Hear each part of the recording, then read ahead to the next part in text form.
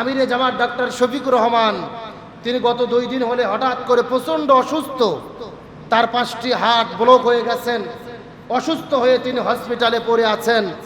সংগঠন, আত্মীয় স্বজন, পাড়া প্রতিবেশী, চিকিৎসকরা পরামর্শ দিয়েছে আপনি বিদেশে যান, চিকিৎসা নেন, আপনাকে ওপেন হার্ট সার্জারি করতে হবে।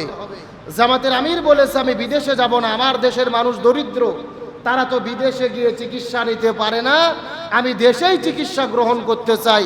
আল্লাহু আকবার বলেন। আমরা বাংলাদেশে বহু নেতার কথা শুনেছি, স্বদেশ প্রেমের কথা শুনেছি, এরকম দৃষ্টান্ত দেখি নাই। বিভিন্ন দলের বড় বড় নেতা প্রতি মাসে মাসে বিদেশে যায় চিকিৎসা নেওয়ার জন্য। কথা বলেন ঠিক কিনা? প্রতি মাসে মাসে চেক আপ করে, কেউ সিঙ্গাপুরে যায়, কেউ থাইল্যান্ডে যায়, কেউ ভারতে যায়। আর জামাতের আমির বলেছেন আমি বিদেশে যাব না, দেশের মাটিতেই চিকিৎসা নেব, ওপেন হার্ট সার্জারি করব। আল্লাহ যদি চায় আমাকে সুস্থ করতে পারে।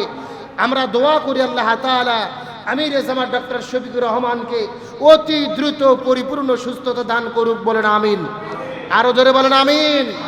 তার কারণ তিনি বর্তমানে শুধু জামাতের আমির নয়, তিনি বাংলাদেশের ইসলামপন্থী সমস্ত মানুষের এখন রাহবার। কথা বলেন ঠিক কিনা? তিনি আমাদের ভালোবাসার মানুষ, কলিজার টুকরা। ইসলামপন্থীদের যে গণজোয়ার চলতেছে বর্তমানে বাংলাদেশের সংকটময় মুহূর্তে, এই জাতির নেতৃত্ব দেওয়ার জন্য তার মতো রাহবারের বড় প্রয়োজন। আমরা আল্লামা সাইদিকে হারিয়েছি, মতিউর রহমান নিজামীকে হারিয়েছি, আলী হাসান মোহাম্মদ মুজাহিদ কামরুজ্জামানকে হারিয়েছি। তবে আল্লাহর শুকরিয়া, আল্লাহ তাআলা আমিরে জামাত হিসেবে একজন ডক্টর শফিকুর রহমান আমাদেরকে দিয়েছেন। আলহামদুলিল্লাহ বলেন, আর জোরে বলেন আলহামদুলিল্লাহ। আমরা সাইদি নিজামীকে হারিয়েছি, আমিরে জামাতকে অত দ্রুত হারাতে চাই না। আল্লাহর কাছে আজকের জুমা থেকে আমরা দোয়া করি আল্লাহ তাআলা তাকে নেক হায়াত দান করুক, বলেন আমিন। তাকে পরিপূর্ণ সুস্থতা দান করুক, বলেন আমিন। তার কারণ তার মতো দেশপ্রেমিক মানুষের, এই দেশের মানুষের এত মহব্বত, এত প্রেম, এত ভালোবাসা, এমন মানুষ আমাদের দেশের জন্য দরকার আছে না নাই? আল্লাহ তাআলা তাকে সুস্থ করেন। এই জাতি নেতৃত্ব দেওয়ার জন্য, এই বাংলাদেশে কোরআন সুন্নাহর শাসন কায়েমের জন্য অগ্রণী ভূমিকা পালন করার মতো তৌফিক দিক, বলেন আমিন। 1 সপ্তাহ আগে আমরা দেখেছিলাম সরোয়ার্দী উদ্যানে সমাবেশে বক্তব্য দিতে গিয়ে হঠাৎ করে তিনি অজ্ঞান হয়ে পড়ে গিয়েছিলেন। সেখান থেকেই মনে হয়েছিল তিনি প্রচণ্ড বড় কোনো রোগে আক্রান্ত। যাই হোক, রোগ যেহেতু ধরা পড়েছে, আমরা বিশ্বাস করি রোগ সারানোর মালিককে। তবে আমাদের দায়িত্ব হলো দোয়া করার। রাসূল হাদিসের মধ্যে বলেন একজন ইমানদার আর একজন ইমানদারের উপরে 6টা হক বা দায়িত্ব বা কর্তব্য রয়েছে। তার মধ্যে প্রথম নম্বর হক হলো একজন ইমানদার মুসলমান যদি অসুস্থ হয়, আর এক মুমিনের দায়িত্ব হলো তার সুস্থতার জন্য দোয়া করা। সুবহানাল্লাহ বলেন। আমরা দোয়া করি আল্লাহ তাআলা তাকে পরিপূর্ণ সুস্থতা দান করে আবারও ইসলামী আন্দোলনের ময়দানে ফিরে দ্বীন কায়েমের আবার হিসেবে সঠিকভাবে তার দায়িত্ব পালনের আল্লাহ তৌফিক দিক, বলেন আমিন। তার কারণ চিৎকার করে বলেন এই মসজিদ কার ঘর? রাসূল বলেছেন এই মসজিদ হলো পৃথিবীর সবচাইতে নিরাপদ, আল্লাহর কাছে সবচাইতে প্রিয় জায়গা, সেটার নাম হলো মসজিদ। আর সবচাইতে নিকৃষ্ট জায়গার নাম হলো কি? বাজার। জোরে বলেন, সবচেয়ে নিকৃষ্ট জায়গার নাম কি? বাজার। অথচ আমরা বাজারে থাকতে চাই, কিন্তু মসজিদের মধ্যে থাকতে চাই না। আমাদের মনটা মসজিদে বসতে চায় না। রাসূল বলেন ইমানদারের গুণাবলী হলো তারা হাসরের ময়দানে যখন আল্লাহ তাআলা বিচার নিকাশ শুরু করে দেবেন, ওই আরশে আজিমের আরশের ছায়ার নিচে 6 প্রকার মানুষেরা হাসরের ময়দানে জায়গা পাবে। তার মধ্যে 1 নম্বর হলো তারা যাদের অন্তরটা মসজিদের সঙ্গে ঝুলন্ত অবস্থায় থাকে। একবার মসজিদ থেকে বের হয়ে গেলে আবার মনের মধ্যে বেকুল হয়, মনের মধ্যে আকর্ষণ জাগে, আবার আমি কখন মসজিদে যাব। তার মানে এই মানুষগুলো মসজিদের প্রতি এত টান, এত মহাব্বত, মসজিদের প্রতি পাগল প্রায় হয়ে থাকে। সুবহানাল্লাহ বলেন। তাহলে মসজিদের প্রতি আমাদের টান মহব্বত থাকার দরকার আছে না নাই?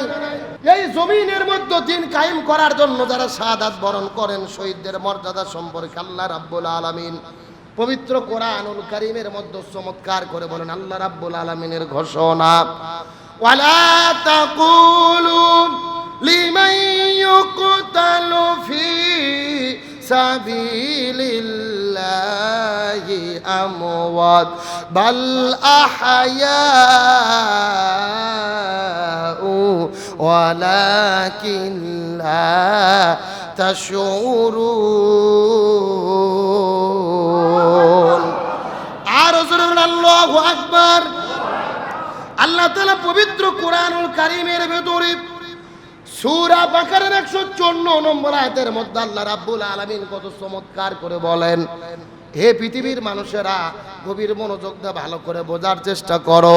ওয়ালা তাকুলু, তোমরা কখনোই বলো না, লিমান ইউকতালু ফি সাবিলিল্লাহ, আল্লাহ রাস্তায় যারা জীবন দিয়ে বিদায় নিয়ে চলে গেছে এদেরকে খবরদার তোমরা মৃত বলো না, বাল আহইয়া, বরং এরা জীবিত, তোমরা বুঝতে পারো না। তার মানে বোঝা গেল আল্লাহর জমিনে আল্লাহর দিন কায়েমের জন্য যারা জীবন দেয় এরা কখনোই মরে যায় না, বরং আল্লাহর মুখের পরিভাষা এই মানুষগুলোকে আল্লাহ তাআলা সর্ব অবস্থায় জিন্দা রাখে। তাহলে কোরআন থেকে জানতে পারলাম শহীদদের প্রথম নম্বর মর্যাদা, শহীদেরা মরে না, শহীদদেরকে জীবিত রাখেন কে? আরো জোরে বলেন। আমার প্রিয় বন্ধুগণ, মুসলমান ভাইরা, গভীর মনোযোগ। এই একই ধরনের বক্তব্য আল্লাহ রাব্বুল আলামিন পবিত্র কোরআনুল কারীমের সূরা আল ইমরানের 169 নম্বর আয়াতের মধ্যে আল্লাহ রাব্বুল আলামিন বলেন, আল্লাহ রাব্বুল আলামিনের ঘোষণা, ওয়ালা তাহসাবান্নাল লাযীনা কুতিলু ফি সাবিলিল্লাহি আমওয়াত বাল আহয়াউ ইনদা রাব্বিহিম ইউরজাকুন। আল্লাহ রাব্বুল আলামিন বলেন, ওয়ালা তাহসাবান্না, কখনোই তোমরা মনে করো না, কখনোই তোমরা ধারণা করো না, আল্লাযীনা, মানে যারা, কুতিলা, বিদায় নিয়ে চলে গেছে, শাহাদাত বরণ করেছে, জীবন দিয়েছে, ফি সাবিলিল্লাহ, আল্লাহ রাস্তায়, আমওয়াতুন, এরা মরে গেছে, এমন কথা কখনোই তোমরা বলবা না, ইয়াহু, বরং এরা হলো জীবিত, ইনদা রাব্বিহিম ইউরজাকুন, এই মানুষগুলো আল্লাহর পক্ষ থেকে ওই জান্নাতের ভেতরে তারা রিজিক প্রাপ্ত হয়ে থাকে। তার মানে আমরা প্রথম নম্বর বুঝতে পারলাম, সূরা বাকারার 154 নম্বর আয়াতের ভেতরে আল্লাহ তাআলা বললেন শহীদেরা কখনোই মরে না।